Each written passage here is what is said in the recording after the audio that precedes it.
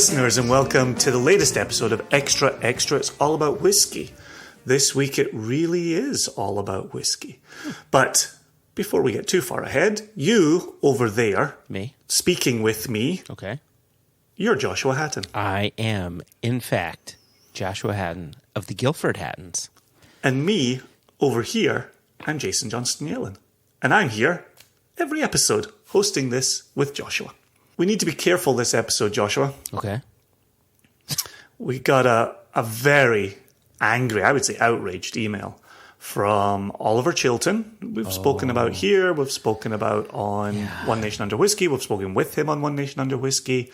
He had been setting his watch by us and had never had an issue with us going over 35 minutes. Always a tight 35. Yeah. Never a problem. Yeah. And our last episode came up shy of 35 minutes, and his watches have all gone to hell. I have a comment about this. Now, I could be wrong, but I don't think I am. So they say that the standard length of a cubit was always tied to the distance between the elbow and the wrist of the current pharaoh.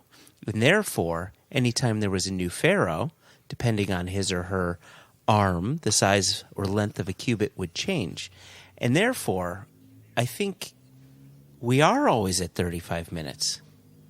Whether it's at 32 minutes, it's still 35. Whether it's at 38 minutes, it's still 35. Right? I like this, Joshua. Yeah. You're finally seeing things the way I see things, which is every episode is a tight 35. And that episode makes me very happy. Yeah. So, with an eye on getting out of here in a tight 35, usually we bring a news article, often about whiskey, to the attention of the other. We read it in the first half, we riff on it in the second half, and we, as we've been saying, get out of here in a tight 35. We're recording this episode on Friday, July 29th, and this is a momentous day in the world of American single malt whiskey. Mm-hmm. And you and I are recording this ahead of any news articles about this. Good point. We are going to pull this episode from industry conversations, industry emails, widely available statements, and even a little delve into the TTB website itself. Looking forward to this one. It's nice to be ahead of the curve, right? We always just react to that article, and now we get to be ahead of the curve. Now, granted, it's Friday and Wednesday's coming, so by the time this releases, we may be behind the curve. Still, we had the conversations that other people haven't been having, so I'm excited for that. And that was the exact point that I wanted to make, is by the time this goes live on Wednesday, August 3rd, there could be a host of news stories about this. It might even make the big entries. It might be in CNN, it might be ABC, it might be NBC.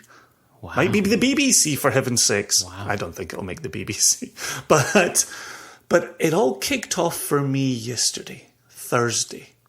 Amanda Beckwith, Master Blender, Virginia Distilling Company. Yep, who was on the podcast previously. On One Nation Under Whiskey, texted me and said, great news from the TTB. Looks like we're about to get the ASM, American Single Malt, category announcement tomorrow.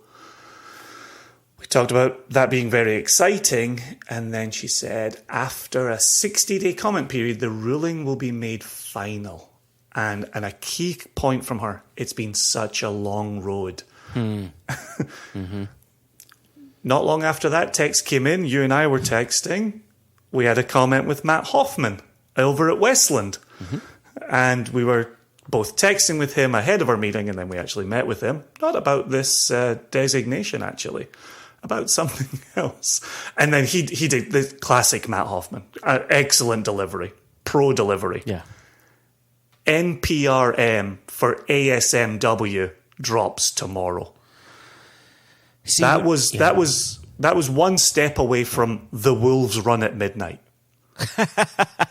Well, when I first read that, I said NPRM for ASMR. See, I put the R in there.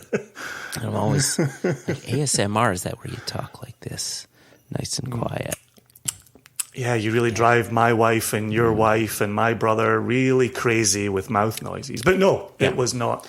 Yeah. And so again, he was talking about what Amanda had been talking about there, this comment period. Yeah. Right, for these new rules that are coming down. So that was great. I have another aspect of that to bring back in. But when I woke up this morning, I was ready for the news breaking. I was looking in all the usual corners, and nothing was really happening until about midday. And the American Distilling Institute, who we've quoted previously, sent out an email that led with their corn whiskey masterclass at the 2022 ADI, the big conference that they have. And I thought, that's, with all due respect, that's not the lead. I felt a little deflated, like the kid coming down the stairs on Christmas morning and there's nothing under the tree because Santa's put it all in the kitchen. And so as I scrolled, I found TTB to publish proposed rulemaking establishing a new American single malt whiskey category. And then if I could just read this paragraph to you. Please, yeah. And to our listeners. No, just to me. Just to me, Jason. On April 28, 2022, Discus, we'll get back to what Discus means in just a second, and the American Single Malt Whisky Coalition... Commission. Sent... I know, right? It's commission. They said coalition? Yeah, coalition. All right, say consortium. Meet them in the middle. Consortium. We had this conversation on a previous extra. We made the C a whole bunch of things. Easy. The ASMWC sent a letter to the Alcohol and Tobacco Tax and Trade Bureau, the TTB, urging the Bureau to move forward with issuing its quote-unquote addition of American single malt whiskey to the Standards of Identity for Distilled Spirits Notice of Proposed Rulemaking, the NPRM for Matt Hoffman's text. There you go. See, I was thinking National Public Radio... Machinations, yeah. Today, the TTB will publish its proposed standards for American single malts in the Federal Register and open a 60-day public comment period. They then link to something that I already had open on my computer. Pro level, Jason. Pro level. Statement by Discus President and CEO Chris Swanger regarding the Tax and Trade Bureau's issuance of a notice of proposed rulemaking establishing a new American single malt whiskey category. And this was published July 28, 2022 at 3:53 p.m. Eastern. Okay. So this was ahead of the game. Yep. And Chris Swanger is quoted. This is all a Chris Swanger quote. Okay. And it's 3 short paragraphs. This is great news for US distillers and consumers. We want to thank TTB for listening to the industry's requests, and we look forward to working with the Bureau to develop an official new category for American single malt whiskey. The formal establishment of standards of identity for American single malt whiskey is a clear recognition that this rapidly growing category is unique and deserves to be defined and protected as a distinctive product of the United States. Consumer fascination with American single malt whiskey is at an all-time high, and establishing a clear definition will drive innovation and help maintain the integrity of this category as more products enter the market. End quote. Okay. F's to the Y's to the I's, Discus is the Distilled Spirits Council of the United States. Not to be confused by the track and field game of discus. Which is funny Because see, when you're looking for a statement from the CEO and you put discus into Google, Google really wants to give you Olympic distances and records. I had a bit from the American Single Malt Whisky Commission, which, by the way, I'm on their website now, that I wanted to go over, if you'll permit me, because up until now we've not reiterated what those key standards are that they're trying to put into place, and I wanted to announce them publicly. So this is ideal. Allow me first to present a statement from Steve Hawley, president of the ASMWC. Okay. I reached out to him for extra and said, Steve, great news. Congratulations. He's been working on this as long as anybody. Do you have a statement? And he just very simply sent back, we're thrilled by the TTB's notice of proposed rulemaking today. While we still have some last steps before a formal definition is ratified, it's incredible to see American single malt whiskey finally have its moment. There you go. There you go. That speaks to a dude who's been working on this for a while. Yeah, for going on a little over 6 years now. So from the American Single Malt Whiskey.org website, and by the way, in this case, whiskey is spelled with the E. I know we've trained all of our listeners to remove that pesky E, but if you want to access the website, you're going to have to pop that back in. So here are the list of standards on their website, though there is one additional standard listed that I want to bring up, and that's from a separate source. So standard number 1, made from 100% malted barley. That is different than the current standard, and we'll talk about that in a bit. 2, distilled entirely at one distillery, which you think would be obvious, right? The term single malt refers to malt whiskey produced at a single distillery, so that should be very clear and should make sense. 3, mashed, distilled, and matured in the United States of America. Interesting that it doesn't say bottled. That's right, because in 2013, the SWA made a stipulation. Sorry to riff here, but in 2013, the SWA made a stipulation that bottling of Scotch whiskey to legally be identified as Scotch whiskey had to be bottled in Scotland. So that stipulation is not here. So we go on. The next one is matured in oak casks of a capacity not exceeding 700 liters. And that's standard around the world. What's nice about that is it doesn't specify new charred oak. It just says oak casks. Again, we'll talk about that in a little bit.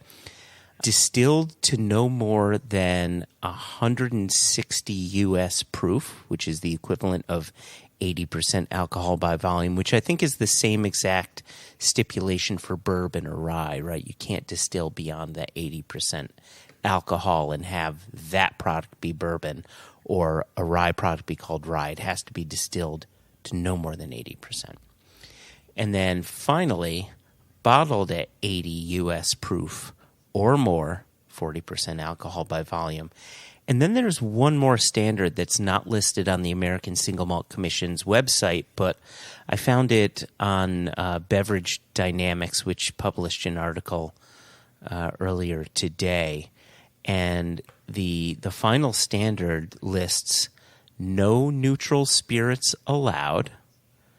However, color, flavoring, and blended elements are permitted. So I do want to talk about that little bit that hasn't been really mentioned on the American Single Malt Commission's website. However, if you look on the TTB website and if you look at this Beverage Dynamics article, that is listed. So again, no neutral spirits allowed. In other words, you can't blend that in to the single malt and still call it single malt. However, coloring is allowed, just like it is in Scotland. Flavoring is allowed, which we can talk about that later. And then blending elements are permitted. And then it'll be interesting to unpack because that's a bit of a cryptic statement, in my opinion. Yeah, I feel like if anything's put the cat amongst the pigeons, it's this colouring, flavouring allowance. And I'm kind of curious where that came from, because it's certainly not on the ASMWS website, and it hasn't been any conversation we've had with producers over these low 6 years. And now here we are entering into final comment. And so I wonder if there are producers who engage in this, who felt the need to have that ratified. Well, yes, and I feel as if we're starting to edge toward the riffing portion of it, but there's something very specific I want to say about this. Should I say it now or should I wait, Jason? Let's wait, because in terms of finalizing this first half, I actually want to read the notice as it appears on the TTB website. Ah, good. Because again, I went in search of that this morning, and again, like the kid on Christmas, I was refreshing, and not getting any information. And then later this afternoon, once I'd calmed way down, there it was, ready to be read. And so just for the benefit of our listeners, and I don't think you and I really go in search of these notices either, but except for today. The distilled spirits section of the TTB notices of proposed rulemaking says open for comment. Notice number 213, proposed addition of American single malt whiskey to the standards of identity for distilled spirits. In this proposed rule, TTB proposes to establish a standard of identity for quote-unquote American single malt whiskey as a type of whiskey that is a distinctive product of the United States. Under the proposal to be labelled American single malt whiskey, the product must be distilled entirely at one US distillery and must be mashed, distilled, aged in the United States. For complete details on this proposal, instructions on how and where to comment, and specific questions on which TTB is requesting comments, see notice number 213, and there's a link. To view all documents and comments received related to this proposal, see docket number TTB-2022-0007 at regulations.gov. To comment electronically, use the regulations.gov comment form for this proposal. Comments are due by September 27, 2022. Let's duck out here for a quick break, and then we'll do all the riffing and all the pulling in of additional material as we see fit in the second half.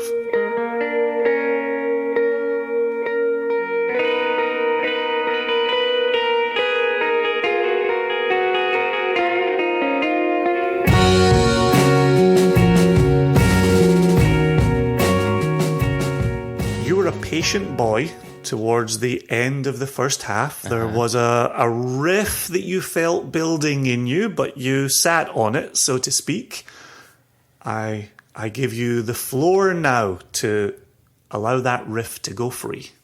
Okay, well, I'd like to actually leave that for the end, because this is what I'd like to do, if you wouldn't mind, and I think this will be beneficial not just for us as we structure this conversation, but beneficial to our listeners. What I'd like to do is go point by point on this list from the ASMWC and talk about how it currently differs from the standards as they are currently set. Okay? Okay, give us that. Right? So, stipulation number 1, made from 100% malted barley. So people would say, well, why? How is that different? Isn't single malt malted barley? The fact of the matter is, if you go to the TTB website right now and you look up single malt, as it pertains to single malt made in America, the stipulation is not 100% barley. In fact, they treat it more like a bourbon or a rye, and they just say, now it just has to be 51%. It has to be more than half of the overall mash bill. So currently, someone can make a single malt, use 51% malted barley, add in some rye, some spelt, some corn, whatever they want to do, and mature that in a new charred oak cask, and you can call that a single malt whiskey. So this changes that, right? And so some people listening to this might say, well, wait a second, you're now limiting flavors because you are removing the option to add in some more grains. But let's use the example of Copperworks or Westland, where they're using a mixed malt mash bill of different roasting levels. And Westland's even experimenting with different malt varieties, different barley, like weird varieties and such, to see what flavors can come from that. So while, yes, you're limiting the types of the variety of grains allowed, so you still have freedom, because with barley, you can have different levels of roasting and different types of barleys to create flavor. Just think of your beer, right? When you think about beer, there's a load of different flavors that will come from that, and a lot of that is barley driven. It's grain driven based on the roasting level. So that's point number one. Point number two, distilled entirely at one distillery. Now, initially, I thought this would not be a problematic statement, because around the world, let's pinpoint Scotland, right? Single malt Scotch whiskey just means that whiskey is made in Scotland, hence Scotch, from malted barley, there's the word malt, from a single distillery, that's your word single malt Scotch whiskey. And so you would think single malt American whiskey would be produced at one distillery, but currently that's not a stipulation. So you've got some distilleries that can blend from two different places and still call it single malt. Am I correct on that? I believe you are correct on that, yes. And I'm talking America right now.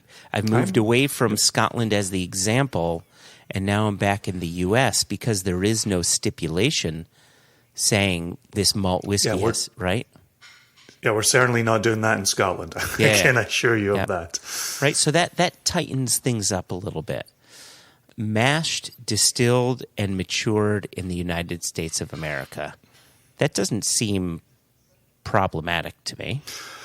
Although I did like your addition in the first half, which was, isn't it interesting that it's not also going to be bottled here? Like it doesn't have to be. It's not part of the regulation. And it's kind of interesting to think about, could you send a tote of an American single malt to Scotland and have it be bottled in another country and show up as American single malt? Well, if we look at some of our own bottlings, as I think about what we've done with, say, M&H or with Paul John, or even the Cooley we did a few years back, right? In the day. Right? Where, like, let's use M&H as an example. Our bottle says single malt Israeli whiskey, all one line. That's your category. Categories are set on a singular line. I want to bring that up in a bit. And then we list out distilled and matured in Israel. We may even specify Tel Aviv. And then we say bottled in Scotland. And the same would be for our Paul John. Single malt Indian whiskey, distilled and matured in India, bottled in Scotland. Right? Or Macmira from Sweden. There you go. Yeah. So this maybe it's a good thing that they leave the door open. Yeah, on that. I kind of like that. Thank you, ASMWC. This next one I think is huge. So this next one is matured in oak casks of a capacity not exceeding 700 liters. So firstly, let's go in reverse. If you think of a barrel, right? A barrel is just a size designation for a cask. That's 200 liters. A sherry butt is 500 liters. A sherry Gorda is 700 liters, right? So just to give you some ideas of sizing. But if we look again at what the current standards are for single malt whiskey in the U.S., it stipulates new charred oak, which significantly boxes in the category from a flavor profile. And back to this example of bourbon and rye, which we're both massive fans of and love, the flavors can only go so far because of the cask style employed. But when you're allowed to use new charred oak still, or an ex-bourbon cask, or sherry, or port, or Calvados, or, insert spirit or wine type here, it allows you to expand that flavor pie and offer the public more opportunities for flavor exploration, and allows producers, like if there were, let's use Virginia Distillery Company, for example, right? If they want to go out and start saying, we want to do everything in sherry, just like Glenfarclas does everything in sherry, they now have the freedom to do that. And actually, we need to talk about that a little bit, because I remember I said single malt Israeli whiskey is the category. When something is all in one line, it's all in a category. I want to return to that thought in just a moment. Before you move on, just on that reuse of barrels, I think is such an important point, given the shortage we're seeing the demand is through the roof for new charred oak. And if you're a producer who's been in this a decade and you've been recycling through your casks, right? That's a wonderful position to be in. To now have that ratified, I think is huge. And one of the things you and I have talked about in other extras is about this wood shortage. And we've talked climate. We've talked about demand for new growth trees. We've talked about would bourbon potentially need to change its regulations? Would rye potentially need to change its regulations? If you're an American single malt producer, you now know you can continue to reuse barrels and put, hopefully, less strain on any new charred oak barrels coming out of any cooperage.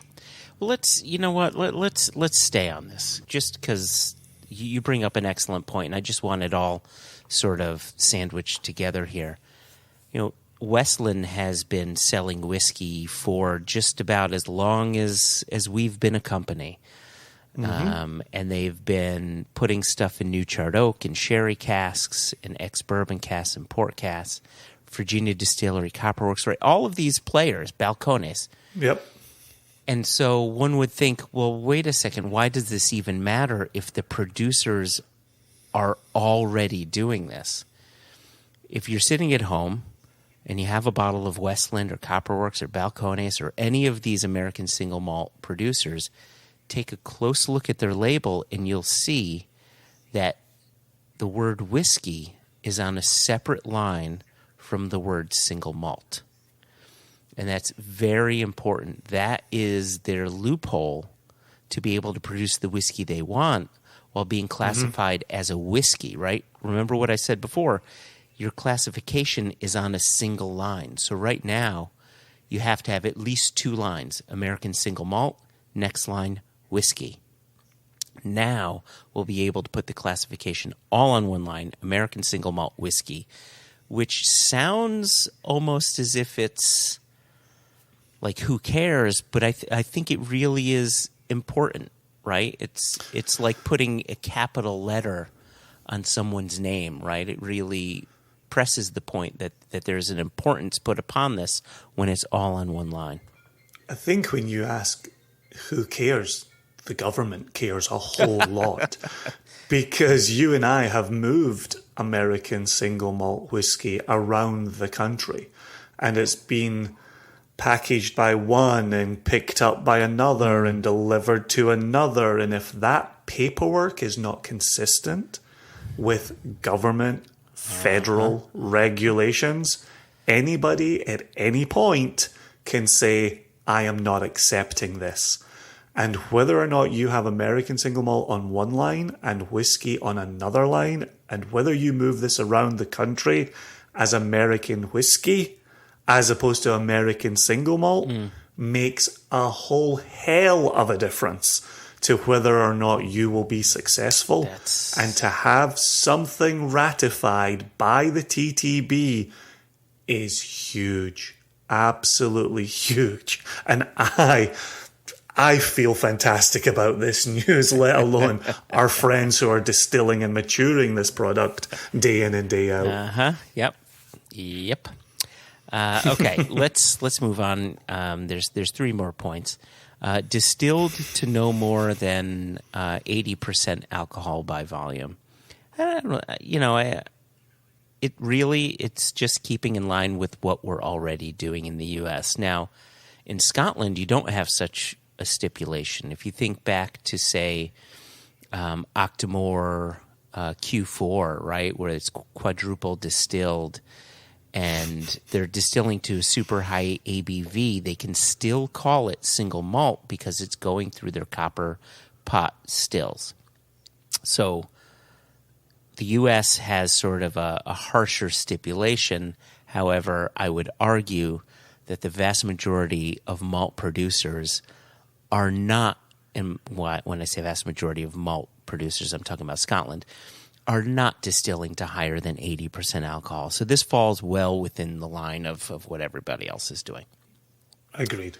Yep. And then penultimately, bottled at least 40% alcohol or more, right? Nothing new there. That is a worldwide accepted ABV for whiskey.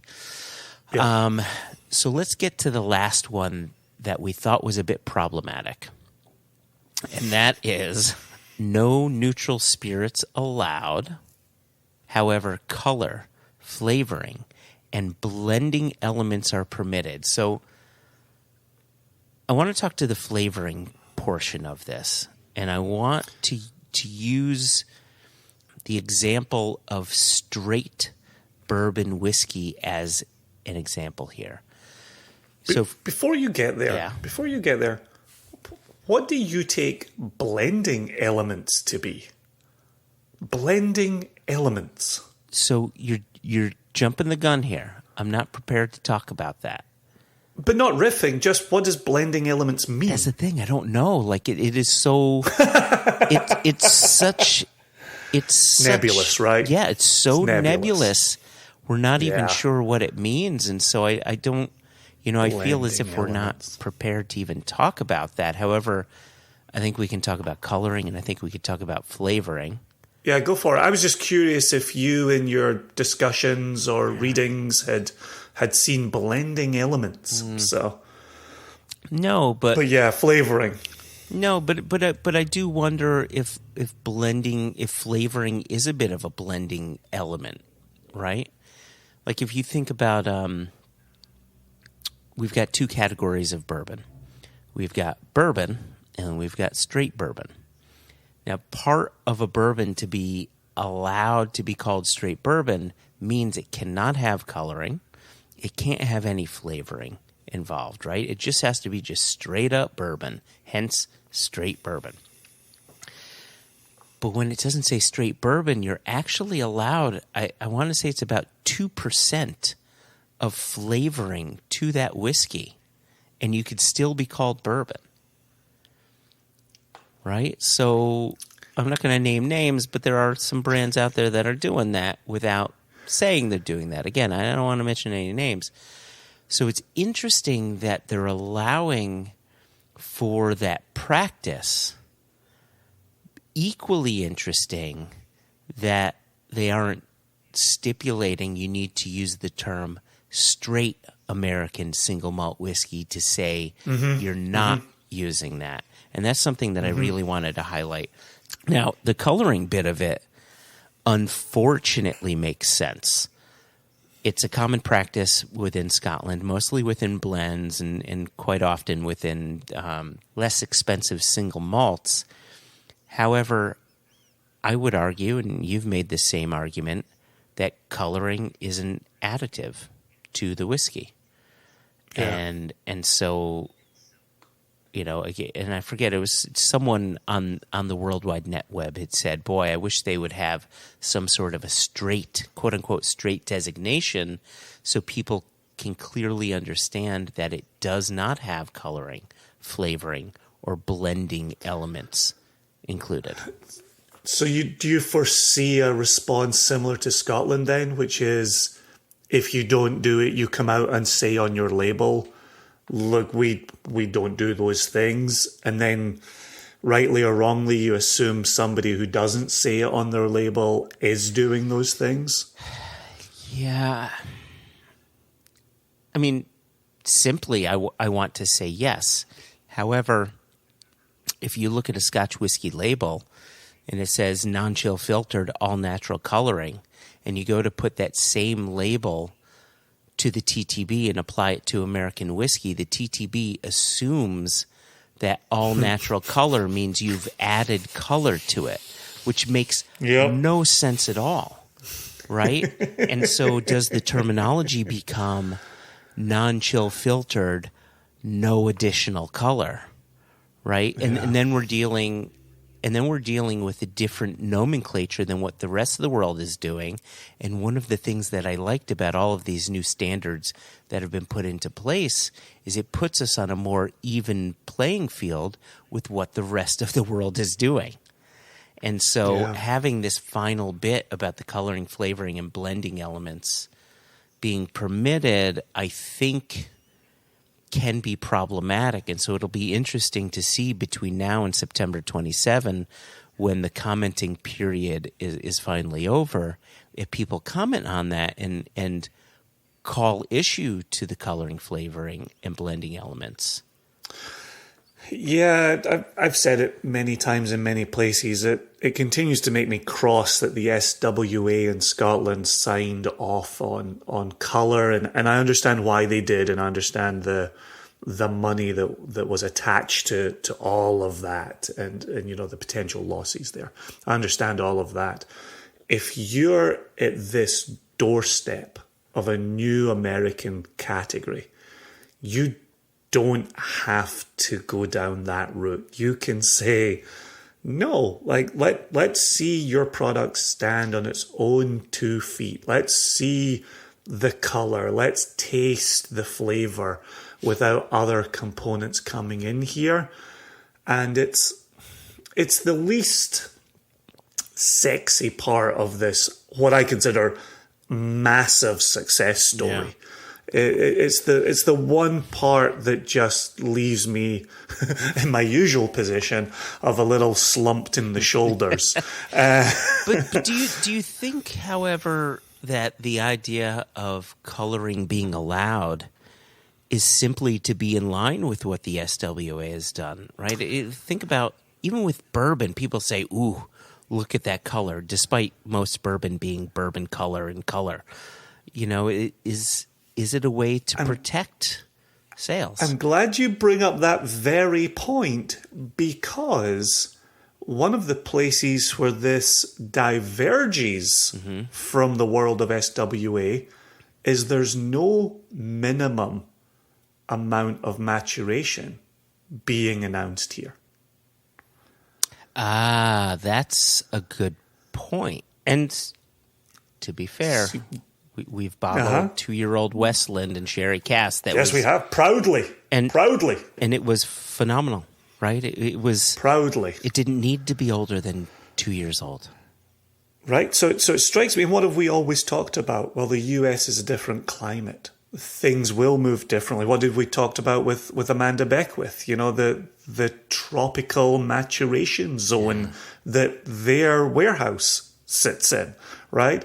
And so you can't consider all American distilleries a monolith. Gosh, look what's happening in Texas with balcones, right? Yeah, right. That's some hot climate and some rapid maturation in the elements as they exist in that state. So you could see where you wouldn't want to come along and tell someone like a Balcones that has to be in there a minimum of 3 years. That might not make sense for their climate. And I know they've got products that are older than that. Yeah, you know, sure. I'm not saying everything they put out is 2 years old, but you got to let the distiller make that decision. So if you're savvy enough to leave those doors open, and then you come along with the colouring allowed and the flavouring allowed, maybe you've gone down the same path and you've said, look, we're going to leave the doors open, we're going to let them make their decisions. In the interest of consistency, I can see that, but to me, that would be a different kind of product given what you and I certainly talk about when we talk about American single malt whiskey. Doesn't make us right, even though we like to think we are, doesn't make us right. So maybe we'll start listening to producers and reading labels and see what they're communicating as an industry and as an individual distillery. Well, I think one interesting point is that the vast majority, if not all, I don't know all of the American producers that are producing a single malt, whether it's their primary focus or just one of the products that they produce. I can't think of a single producer that is adding coloring, that is adding flavoring of any sort or any blending, blah, blah, whatever it is, right? I think they're smaller producers that see what the market has become for single malt Scotch whiskey and says, you know what, we're going to follow suit with that. We're going to be at least 46% alcohol. We're not going to add color, right? We're going to do all these things to make sure that we're playing in the same sandbox that they are, and hey, we're also going to try to create these new rules and so on and so forth. So my hope is that as more producers get into the game, they sort of follow that along, and if they want to add coloring, I guess that's fine. But it'd be nice for those that don't just continue what they're doing. Non-chill filtered. No color added, right? Just let us know. Let us know what's in the bottle. That's all. That's what consumers want. Savvy consumers, at least. I think that's a final comment I would want to make as I look at the clock on the wall and I see we're approaching a tight 35. It's a tight cubit. It's a tight cubit. Is what American single malt producers have wanted to do for 6 years now is ratify their processes so that a singular category can be used to allow them to communicate what they're producing, what they're selling out of their distilleries. And I think you're right, new players will come into the game and they'll have different ways of doing business, but there's now, hopefully in 60 days, going to be something ready to get put into the record that says, whenever you hear the terms American single malt whiskey, you will know what those 4 words mean when combined together in that order. Let me ask you one last thing. and this is a question for the listeners too, right? I understand this is your podcast, but let me say this. I'd love to hear from the listeners your answer to this question. Always want to hear from the listeners. So you can email us questions at onenationunderwhiskey.com or info@singlecastnation.com. No E in whiskey. Why do you think the terminology is American single malt whiskey and not single malt American whiskey? Well, if you are taking a book... a book out of a page? If you are taking a page out of the SWA playbook, you can see the prominence of the word Scotch. And it is front and center, and that has been category building. If you then pay attention to how America presents itself in the world, American means something. Yeah. Right? American gets the eyeballs. And I don't know many Americans who would want to bury the word American in those 4 words. And I think that carries the day. And so I think on one hand, if you are following the SWA playbook, it makes sense. If you're simply American made, right? And you think about that flag on products that are American made. Yeah. I think that wins the day as well. Yeah, I agree with you and I don't. Because while, yes, the Scotch Whisky Association /SWA really talk about Scotch and lead with Scotch and ensure that they're always protecting the category that is Scotch, The S in SWA, right? The S in SWA, the terminology is single malt Scotch whiskey. So they're not leading with Scotch. They're leading with single malt. Scotch is sort of buried, right? It's a third word within that. And so, like, I mean, yes, it really screams America and Americans to lead with America. So I think from an attitude standpoint, I get that. You're like, this is American single malt. Like, I totally get that. But as I compare that to the rest of the standards put into play where we're trying to align ourselves with the rest of the world, why are we not aligning ourselves with the rest of the world when it comes to that very simple terminology? So we can say single malt Scotch whiskey, single malt Welsh whiskey, single malt American whiskey, single malt Indian whiskey, Israeli, right, and so on. And it could just be that, hey, we're Americans. This is America. We're going to lead with that word. And if that's the answer, that's the answer. I'm not offended by it. I'm not put off by it. I'm just sort of curious about it. Yeah. Yeah, please write us in. Just as Joshua says, questions at onenationunderwhiskey.com or info@singlecastnation.com, no E in either. Yeah, I would, we've said this previously, I would love to hear from our listeners on this new category. Yeah. Right? Yep. Like you said to me today before we hit the record buttons here, holy moly, this is blowing up the social medias today. Yeah, it is. Right? There's a ton of chatter around this and a ton of excitement and some naysayers and some doomsayers, and that's all right too. There's a reason it's a 60-day commenting period. Mm-hmm. And so I recommend go to the TTB, have a look at the notices, go look for the NPRM. Look at me getting all Matt Hoffman here. Wow, look at you. And yeah, and until next time, we'll see where this goes between episodes. I'm sure we're not done discussing it, but today feels like a ginormous step in the right direction and a very exciting direction. Indeed it does. And I guess we may be done talking about it come September 27th when the commenting is closed. So, well, then we'll see what came of the commenting, and maybe there'll be a fresh discussion to have before the year is out. All right. All right, Joshua. Thanks for being here, man. Thank you. Thank you for always hosting your wonderful podcast. Well, dear listeners, thank you as always for listening in, and hopefully you're feeling a bit of excitement this day. And as Josh and I have tried to work on this year, sometimes there's some good news stories happening in the world of whiskey, and we're always excited to discuss them and share them. That we are. Until next time, peace. Peace.